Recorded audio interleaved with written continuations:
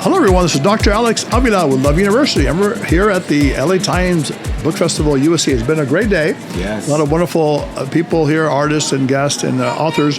And we have here Mr. Nash Hudson. Welcome, Nash. Yes, thank you so Good much, to see you. Dr. Alex. Now, Nash is a world traveler. He's the host of something called the URC Space Lifestyle Podcast. Unbox his life at the intersection of a Black, Christian, millennial gent. Yeah. His new memoir is Undertow, the rip current that drowned myself and saved my soul. Describes how he went from pursuing his dream to be a cruise director on the verge of financial collapse, and then his father wounds and other stuff happened, spiritual disconnection. He found that God was the rock at the bottom of the ocean. And you have a dog named Phoenix, too. Yes. Welcome to the show. Thank you so much, Dr. Okay. Alex. Glad to be here. All right, so now Phoenix means rising from the ashes. Yes. Is that why you call him Phoenix? Yeah, because he's a rescue dog, and okay. when I heard his story, he had such a unfortunate beginning. I said, no, this dog is going to rise again, so his name is going to be Phoenix. That's beautiful. Yeah. Now, here in the book, it says my, and then you put self in big words. Yes. Then you put my, and then soul in big words, too. Yes. So is there something with that, like the self to the soul? Tell me a little bit about that. Yeah, because the premise of the book really is, getting out of my own way. And sometimes when you're getting out of your own way, you really see kind of your soul for what it really is. And I had to really drown elements of myself to really save my soul that I really believed was, here to share so much light and so much love and so much good things with other people. But some of my selfish tendencies and ways were kind of blocking that from happening. Interesting. When I first saw it, I thought you actually drowned almost or something. But almost. metaphorically, but yeah. not in a real way, don't you? Yeah, no, not in a real way. When I was a kid, I almost drowned twice. I wasn't a good swimmer. I mean, I'm still not really. Oh, no. But it's cool. But, Yeah. Do you like to swim or no? Oh, I love swimming. Oh, goodness, I love swimming. So you'll probably never drown, probably, right? No, Unless, something happened, right? Yeah, oh no. Oh, okay. But the word undertow, is that some wave that gets you, or what does that mean? Yeah, so that's a rip current. So an undertow, it kind of goes against the current of the way the ocean's going. And if you're ever caught in one, I think the natural human response is to resist it and fight it, but that's actually what can cause it to be fatal. Wow. But if you actually swim parallel and surrender to it, that's the way that you can get out of it. Interesting. Okay. So I'm yeah. thinking of you're in the beach and body surfing or something. Yeah. So the wave comes.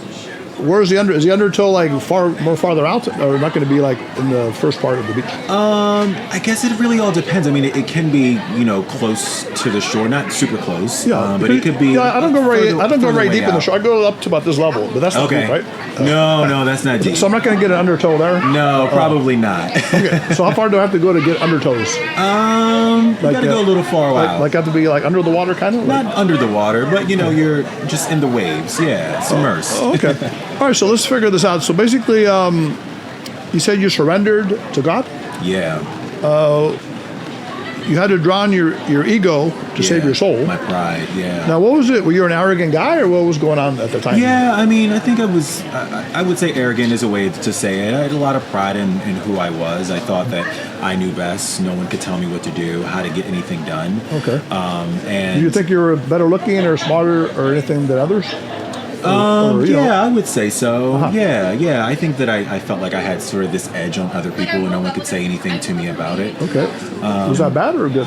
I don't think it's necessarily a bad thing. I think thinking highly of yourself is not a bad thing. Confidence. But having confidence is good. But I think you can kind of get into that danger zone where you are just. You're unteachable. No one can give you any advice. Well, you have closed ears, and I think that's kind of the territory where I was. I see. So you were working as an entertainment manager for some cruise. Yes. But then you said you ran into financial problems or something? Yeah, so before I got the entertainment manager position, which is actually right when I was writing Undertow, before that, when I was going for my first cruise ship contract, I hit a couple issues financially. I almost didn't have enough money to graduate from university. We're Love University, but not Love University. But that's for you.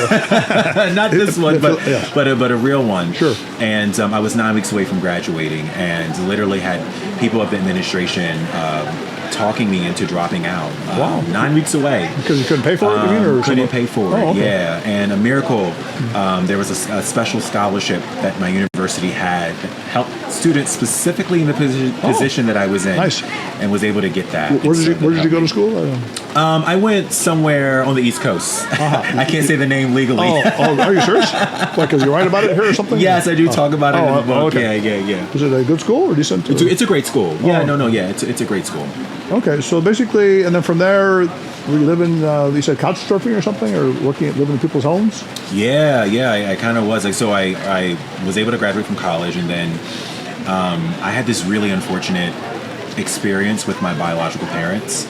My biological father wasn't in my life, and then when I discovered where he lived, I decided to tell my biological mom that I found where he lived, which was 20 minutes from where we lived the whole time. And in me doing that, she then, voluntold me to relocate from her home because she didn't think that I should be doing that. But I wanted to. So she hated your biological dad, probably. I mean, there probably is some bad blood there. I can't really speak to kind of what their emotions are. You had to leave from her house. Then did you go live with your dad? No, because he didn't embrace me. So so they both kicked you out, basically. So I wound up being taken in by some friends, which I'm so grateful for. Oh, wow, okay. And all of that while I was waiting for my first cruise ship contract deployment to come So you had no money at the time, basically. Didn't have a lot of money, but I did have the job. So I was waiting for the deployment date. The deployment date, The job for the entertainment manager? Yeah, in the cruise industry. Now, you talk about some kind of father wound or something, or father issues. Is that after you met her or before? I would say that they were probably always there. I just never faced them. I never wanted to lean into them. But I think after I met him, they just kind of became much more exacerbated. So what was the deal with the dad? He didn't want to have a kid at the time, or was he in trouble or something? I don't really, I can't speak to his... When you met him, what did he say? What kind of work? Was he working or something? Yeah, no, he was working and still is working. I think that some people in life, they either have the capacity or don't have the capacity to kind of give you the relationship that you desire to have. Sure. And I just come to the conclusion that he just doesn't have that capacity. Right. So he wasn't really a caring or loving guy to you. No. Yeah. Okay. And you don't know why? Do you ever want to know why, or is that one of the things? No. Dr. Alex, I've come into this notion where I sometimes lean into I'd rather have peace than be right, and sometimes I have to just accept the apology. Say that one more time. I'd rather have peace than be right. Than be right. Oh, okay. Another thing that I lean into is I sometimes just accept the apology I know that I'm never going to receive, so that I can move on with my life. And I think that's kind of where I've found myself with both of the relationships or the non-existence of the relationship with both of my parents, because I just feel like I can't move on if I'm still kind of wishing and wanting and waiting. And so I just accept. I accept the reality of it, and I just move on. But your mom kicking you out, was that what really hurt you, or was it she had some issues with her before? It was hurtful because we were very close growing up. We were always, she raised me. She's pretty extreme, though. Is she still around in your life? Yeah.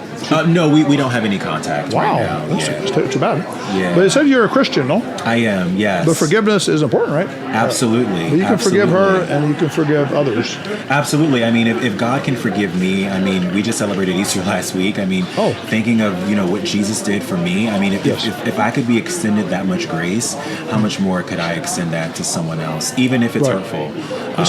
It's difficult. It's not easy. Well, yeah, I can see that. But forgiveness is something, I think I heard someone say it once, holding on to unforgiveness is like drinking poison and hoping that it kills the other person. Wow. That's good. But I don't want to harbor any resentment or anger or any of that. Sure. I want to be free. I want to be able to move through this life, without having that weight. So exactly. Forgiveness is important. I wrote a book called The Three Secrets of Happiness. It's kind of like a fable, but one of the secrets is forgiveness, but self-forgiveness is the big part. Absolutely. Because we have regrets and all, right? Yeah. Did you forgive yourself? Or no?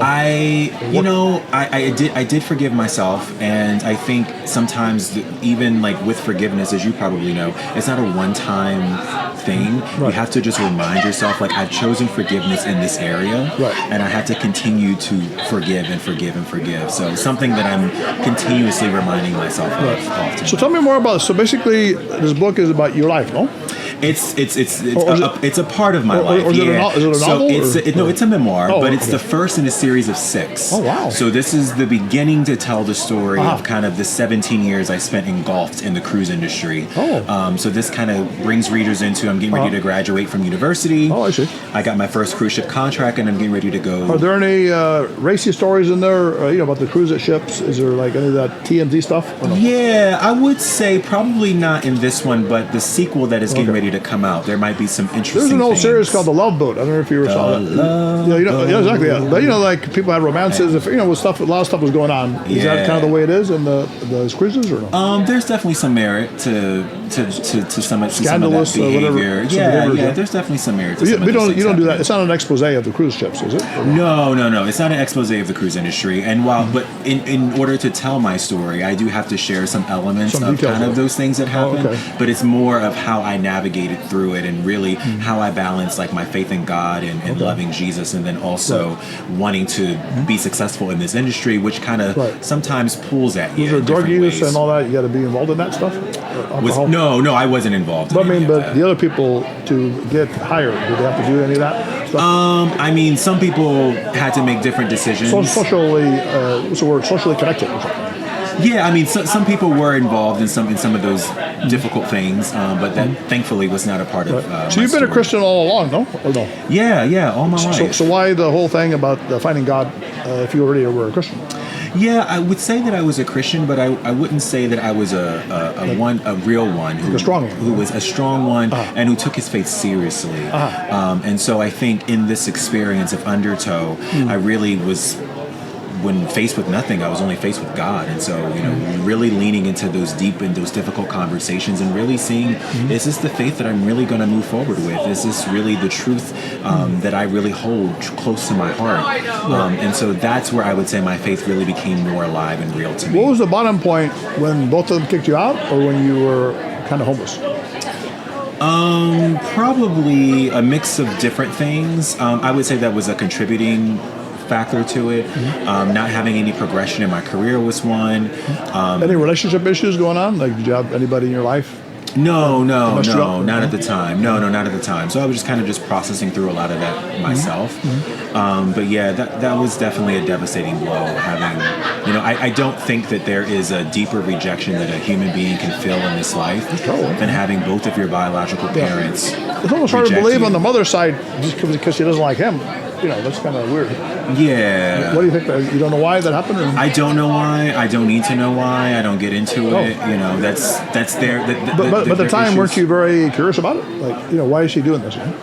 No, I think I wasn't more so curious about what her actions were. I was more so curious about as to why God was allowing this. And I think that was where I really wrestled with God, because I'm like, God, if you say that you're good, if you say that you are loved, if you say that you care about me, if you say that you have plans to prosper me, why is this happening, and why are you allowing this to happen? So I think that my biggest wrestle was with God, not with either. When you sang the song, are you a singer too, or no? Oh, do I sing a song? No. Oh, the Love Boat. I was wondering if you have like if you want to do some vocals. You don't do vocals? No, I don't do. No, I'm not a singer. Oh, I see. Okay, but you're more of a writer, maybe. I'm more of a writer, yeah, but I do voice work. I did just record the audio experience you have a nice of Undertow. voice. Thank you. Okay. So the audio experience of Undertow will be coming out later this year. Yeah, I'm trying to figure it out. So the mom didn't want you because you wanted the dad. Yeah. And the dad didn't want you because they didn't want you. For whatever reason, right? Yeah. You don't know why. But being a Christian, though, can't you go and get them together? Reconcile them with them? I think. I mean, you personally, or God through you, in some way. Yeah. I mean, I think that I was there at one point in the journey of But this. what if you call them today, right now, what would happen? I don't know. Your mom, at least, right? I don't know if the phone would get picked up. Something fearful holding you back to do it? No. What I'm saying is, I don't know if the phone would get picked up. Why not try it? Yeah. Well, I mean, I won't go into the details, but yeah, I have a strong feeling to believe that she wouldn't pick up the phone. Is there more to this you're not telling me that you don't want to tell me? Yeah, there's some other things, but okay. yeah, I don't think that. Yeah. She Okay, because Dr. Phil, they would have you call right now. Of course, yeah, of course. We're not Good set up thing yet. we're not on Dr. Phil. Although, I mean, it could be a healing experience. I mean, you have to confront your whatever it is inside, right? That Yeah. makes you not want to do it. But maybe there's other issues. But no, it's not. I don't think it's me, Dr. Alice. I think I've done everything that I could to reconcile both relationships, Okay. and have done beyond my due diligence to reach out. But when other individuals communicate that they don't want to be communicated to, I see, okay. I also need to respect. But she's their not a Christian, no? privacy. Or the mama? Yeah. But not really devout like you, no? I guess we all have different definitions of. Yeah, but to describe your son, that's not devout, right? I don't think. Yeah, it's difficult. I don't think so. So maybe that's prayerfulness, right? Do you pray and that kind of stuff? I do every day. Yeah, for both of them actually. So when you pray and the stuff that you're doing here, what is your secret to spiritual connection? Secret to spiritual connection. What do you mean by that? Well, I mean, you said you were undertowed, right? They pulled you under. Yeah. And then you found some way out. Yes. So how do you keep above water? Keep above water. Yeah. I think, connect with God. The higher level. Yeah, I think it's just a multiple variable kind of situation. I, choose to start my day with prayer. I choose to incorporate gratitude. There's so many things that I can just be thankful for. I choose to pray daily. I choose to. What do you say? Do daily? You say? I choose to pray daily. Pray daily. Excuse me. Yeah. Yes. Pray daily, and to also allow myself to be still enough to listen. Oh, Sometimes we can be so quick to just, I got to go to the grocery store, I got to pick up my dog, I got to do this, I got to go to work, I got to do this. But sometimes if we're not still enough to listen, we might miss an opportunity or a moment. So, yeah. It seems like you have some psychological savvy or spiritual savvy. Oh, okay. You must have picked it up. Do you like T.D. Jakes or any of these preachers out there? No, T.D. Jakes is not someone I really listen to. Joel Osteen? No. Those are the mega preacher types. Yeah. You like more like simple guys? Yeah. Who's your favorite preachers? My own pastor. Oh, okay. Yeah. But any Pastor of the guys? Josh.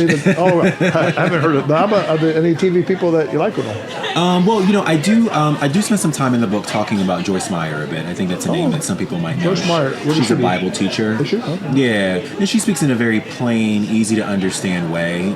Is she part of the administration, like the presidential thing? No, she's not a part of the I thought there was administration. some pastor, a female that was. I think you might be referring to Paula White. Okay. No, I'm not talking about Paula White. Okay. What do you like about the one you're saying? She speaks in a very easy to understand, plain way, and I think that she explains the Word of God in a way that's very real. But then also she talks about her own life and some of the struggles that she has had, just so openly and so vulnerably, and I think that's just very encouraging. Yeah, you're doing the same, right? In fact, you're writing a book, so you're putting your openness out there to the public. Absolutely. Are you okay with that, or no? Yeah, I'm okay with it because your personal life, not everyone knows. Not everyone's okay with it, but I think like things that happen to us, Dr. Alex, like they're not just for us. Someone is supposed to get some sort of benefit from that, right? Someone else can be helped by that, and I think even when we choose to be a little afraid and not put it out there, we're being a little selfish because there's someone who's waiting on that story. There's someone who's waiting on that hope that, oh my goodness, that's something that you just went through that's very relatable. I can also get through that because you got through that. So that's a great point. We talk about there's a term called don in Spanish, which means gift from God, don divino, gift from God.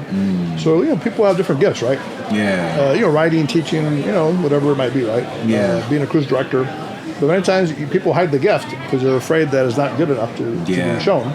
Yeah. But our need is to use it for the higher good. Right? And you know the parable of the talents, I think, huh? You know the parable of the talents? Yes, in the New Testament where, one guy got 5, he doubled it. One guy got 10. One guy got 1, he hit it. And he was cast out, right? Because he didn't even get interest out of it. Yeah. So how do you see that parable apply to you? Have you had your talents, or have you multiplied them? Yeah, I think I'm in the process of multiplying them. Now, but before, yeah. No, or no? Before, I don't even think I had a full understanding of what my talents and gifts were. Oh, okay. And so I think it started with just an understanding of what it is, and now that I understand what those gifts and those talents are, I'm definitely leaning into the opportunities that I can share them in different ways. Right. So, tell me about your project. Are you writing? Are you speaking? Podcasting? Yeah, I'm doing all kinds of things. So, I'm finishing up my second book, which is the second in the Undertow memoir series. Oh, great. Laying My Ship Bare. So that'll be out soon. And this is for the Christian market, or is it It's for everyone. While it's very true to my faith and God, and I think that Christians have really embraced the story. There's also been people who have been non-believers who have really come behind this story and enjoyed it. So working on writing that. I'm also working on, of course, I have a podcast, the URC Space, which you mentioned at the top of the show. I am also finishing the audio experience of Undertow, so that's a whole different way to make this story come alive. I'm working on a documentary project right now that kind of supports the Undertow story. And I also now I'm starting to do speaking engagements, so I'll be going to South Carolina next month down in Greenville. Thank you. Yeah, so I'm definitely understanding the gift and utilizing it to the higher purpose. Yes, and letting God just open the doors that He wants to open for whatever that needs to be. Because many times people hide the gift because they're afraid it's not good enough to be expressed. Yeah. So it's like the guy, remember, he had the one talent under the sand. Yeah. Because he's afraid of it, right? And who are we to say that it's not good enough, right? I mean, there are so many people out there looking for hope and looking for inspiration in so many ways. Correct. You have no idea what you can say and how you're going to say it and how it's going to impact someone else. So don't write yourself off. Good point. That's a good lesson for people. Do not write yourself off. Right, because it's kind of selfishly, because people rely on your talent to help them, right? And if you don't use it, they don't gain. Yeah. So I think that's what you're saying, right? Yeah. So you're being driven by higher force. Now, you are talking about Psalms over here in your book. Yeah. And you have mentioned God a lot, right? Yes, I do. So it is definitely, toward the, if you want to use the Christian, Yeah, I mean, it's on a Christian publisher. Oh, okay. However, Dr. Alice, I have not been on primarily Christian stages with this book. I have been everywhere but Christian stages mainly. Oh, really? So it's kind of funny how God is just kind of working that out. Right, but you're putting a lot of spiritual stuff in it, right? Absolutely, yeah. My faith in God is very central to this book. Wow, okay. That's interesting. So you're, is it James here too, no? Yeah. So you're using both Old and New Testament, right? Old and New Testament, kind of combine. What's your favorite of either side, either book? Like a little thing. Yeah, I would say my life verse is probably Philippians 1:6, which says, "He who began a good work in you will continue to complete it until the day that Jesus Christ returns." That's pretty awesome. Yeah, and so that's just like, we might not be where we want to be, but we're not where we used to be. Say it say it one more time. Yeah, Philippians 1:6. He who began a good work in you will complete it until the day that Jesus Christ returns. So who's the he that began? You're talking about God? God, yeah. So God began a work in you. He began a good work in me, yeah. And then Jesus will complete it? He will complete it, yeah. But in the meantime, are you going to keep working on the work? Yeah, we're unfinished. So we're not. Actually, this tattoo that I have right here, I got in New Zealand, and it's in Braille. It says "unfinished." I got it in Auckland because it's just a reminder, I'm not at the finish line yet, and so every day that I get an opportunity to work on myself, I'm going to do that. And that's wonderful. I might not be where I want to be, but I'm not. So you want to be a spiritual speaker and writer. Kind of. If that's, I guess that's kind of the plan where things are going, but So you're, you see yourself, in the future? Yeah, that's kind of where I am right now, a bit. but at a higher level, or just as you are? Whatever God has in store for me, I'm happy with. I don't necessarily have this ambition to be climbing something or be notarized. Or be the new Joel Osteen or something. I have no desire to be the new Joel Osteen. There's a mega church, mega thing. No, I just want to be whatever God has for Nash Hudson. So be happy, with what you are. Yeah, I want to be happy, and I want to have peace, and I want to be in the will of God, whatever. Right. So you're not driven by. I guess you could have made a lot of money as a what do you call it, a cruise director, no? Could have, yeah. But it does not drive you today. No, I'm not. I'm not driven by that. I'm driven by just leaning into my purpose and what God wants me to do while I'm here. You want to have a relationship in the future, some love? If God wants me to, I'm leaning into that. I know everyone's not supposed to be married. Everyone's not supposed to have children. Right. And so I'm leaning into, especially, just my own experience with my parents. Oh, I see. So you're a little skeptical about there's apprehension there, because I want to make sure if that's something that I'm leaning into, I can give it my all, and I don't want to halfway do it. I think Paul says it's better to marry than to burn, didn't he? He does, but he also said that. But if you're single, stay single. Yeah, exactly. He said, I wish all of you could be single like me because you could be more focused on the work of God. Right. So, like a monk is that way, in the Eastern philosophy too, right? Yeah. They can just devote to that. Yeah, so it just But it's not for everybody. It's not easy. It's not for everyone. It's not easy, and I'm just leaning into if that's where he wants me to focus. But I am dating, so. Oh, what's that? Okay, so spiritual dating. Okay, well, that's nice. But you said leaning into it. When you say leaning, is like you're relying on Him, on God. Yeah, just listening to God and seeing if is this where you want me to be? Is this am I supposed to be expending energy in this kind of dating arena right now? And Well, it's been wonderful, Nash. This is our last interview for today. Oh, thank you so one of the much. best. It's been Thank you so very much. pleasurable. I'm glad Appreciate we the finished it up on a opportunity. spiritually elevating note. Yeah, Because thank you. earlier we had other people's psychology and other stuff is good, but Yeah. this is nice as well. Okay. Where can people hear about your? Do you have a website or something? I do, yeah. You can find me at nashhudson.com, and that'll take you to all of the links. And I'm also very active on my Instagram at nashhud. Okay, so Nash, Nash, and then Hudson, Hudson, like Yeah. a river or something? Or? Like the river Is in it New river? York, where I'm from. Oh, Yes. nice. Okay. Oh, are you from New York? Yes. Yeah, like Long Island. Oh, okay. Interesting. So East Coast, West Coast, that's a whole different mindset. Absolutely. But you're enjoying it out here? Yeah, I've been loving it. Yeah, it's been so great to be out fun. west. All right, so again, it's been a pleasure having you on here, Nash, and we definitely want to follow you. And if you come back, we'll do more of this if you like. Okay. Maybe you got all the books coming out. Yeah. But what I like about it is that you are talking about a spiritual transformation, right? You went Yeah. through what I call pain to power. Yes. Suffered in life, but you turn it around to help others, Yeah. and through that you help yourself, right? It's like a cycle, right? Yeah. And the thing that you are utilizing your don, your highest level talent, for the benefit of the kingdom, right? Of Yeah, God, absolutely. and also to help others. Yeah.